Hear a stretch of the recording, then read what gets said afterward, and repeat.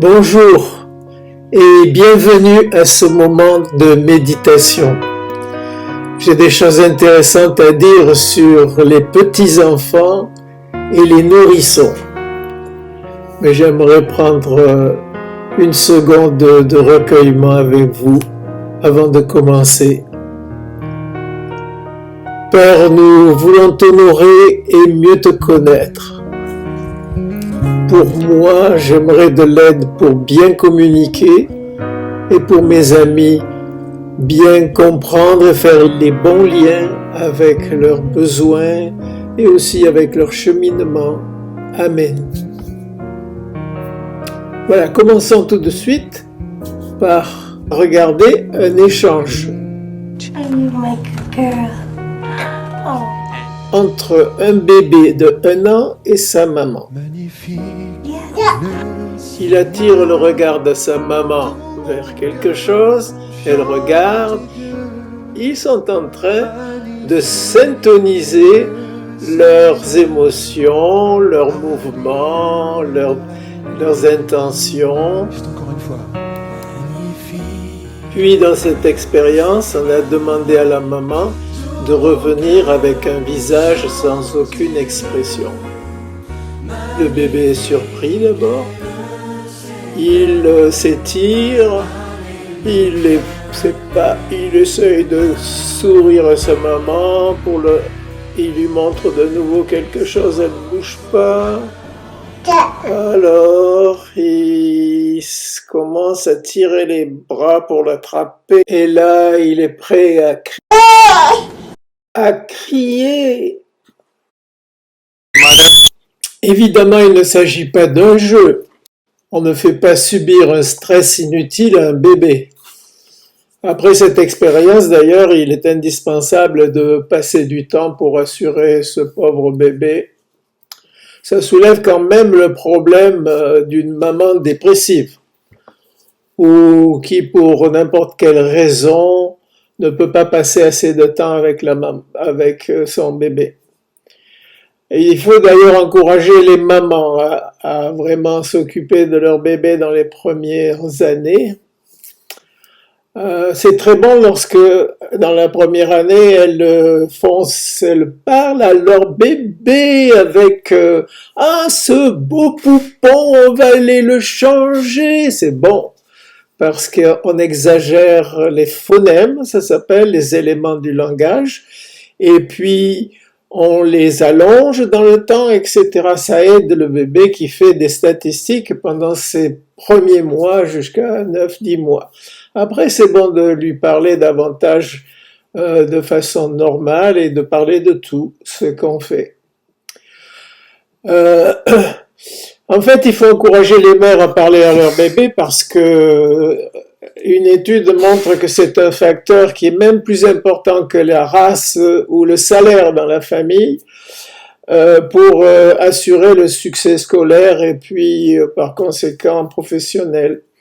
Le bébé ne vivra pas de lait seulement, mais de toute parole qui sort de la bouche de sa maman. Puis si quelqu'un y voit une relation avec la méditation que j'ai donnée ce 26 mars dernier, bon, c'est tout à fait intentionnel. La question que je veux me poser aussi au sujet de cette expérience, c'est qu'est-ce qui se serait passé si on avait inversé les rôles, c'est-à-dire c'est l'enfant qui dit « Oh, il se tourne la tête, je reste sans bouger ». Vous pensez que la maman aurait eu un peu de stress? Alors là, je vois comme ingénieur que c'est quelque chose que je comprends de la part du designer, de Dieu qui a inventé la façon dont le bébé va devenir un homme. Dans ses premiers mois, il est comme programmé pour devenir cet humain auquel il est appelé. J'ai toujours la larme à l'œil de voir cette photo signée Paul Grovert parue dans le journal La Croix.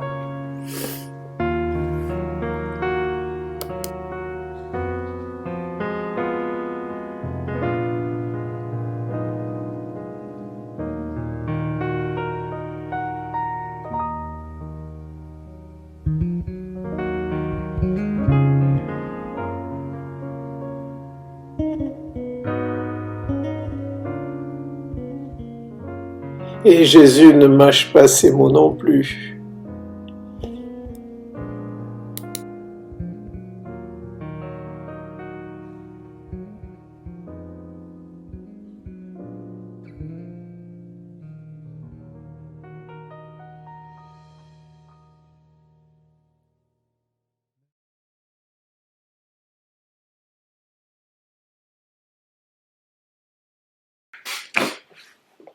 Voilà, je remets à plus tard de parler de toutes sortes de choses, mais je veux me concentrer maintenant sur une question d'autonomie. Voilà, bien sûr, le bébé n'est pas fait pour demeurer bébé toute sa vie. Les parents seront attentifs, mais ils verront bien qu'à partir de 18 mois, tout ça, il y aura des petits tests de la part du bébé, mais c'est normal. Il faut être vigilant, mais il faut grandir avec. Il ne faut pas un papa poule ni une maman poule, il ne faut pas un enfant qui désobéisse, mais il faut une communion. Voilà.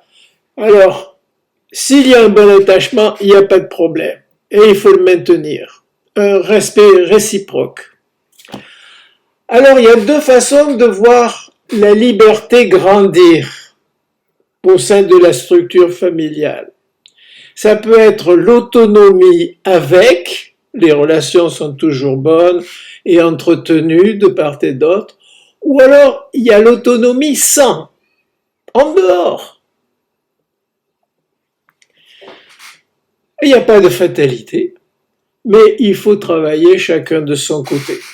Alors par exemple, la relation entre les hommes et Dieu, il se trouve qu'elle est maintenant dans un état d'autonomie sans Dieu. Mais Dieu ne s'est pas découragé. Il est revenu avec douceur en se révélant tranquillement au cours de milliers d'années, à commencer par une famille, la famille d'Abraham, et petit à petit, au travers d'un phénomène qui s'appelle le prophétisme, il y a un apprentissage, difficile certainement, mais guidé. Et c'est là que se situe d'ailleurs la phrase où Dieu dit « L'homme ne vivra pas de pain seulement, mais de toute parole qui sort de ma bouche. » Dans ce peuple, qui a été la culture dans laquelle il s'est incarné en la personne de Jésus-Christ, il est venu nous dire qu'il ne mettrait pas dehors quelqu'un qui vient à lui. Et ses intentions nous ont surpris, parce que Jésus est même allé jusqu'à mourir dans les mains des méchants. Mais il est ressuscité, alléluia. Et qu'est-ce qui se passe? Eh bien, c'est que Dieu se cherche un peuple qu'il veut purifier au travers de Jésus-Christ, un peuple qui lui appartient, c'est-à-dire de retrouver une autonomie avec. Ce qui a été perdu dans le jardin peut être retrouvé. Magnifique est le Seigneur, tout mon cœur pour chanter Dieu.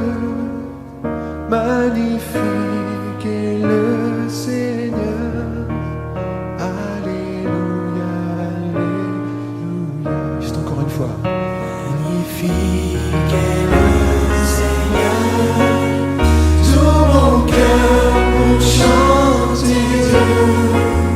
Magnifique est le Seigneur, alléluia, alléluia. Que puissance, honneur et gloire reviennent au Dieu trois fois saint, aujourd'hui et à jamais. Alléluia, alléluia.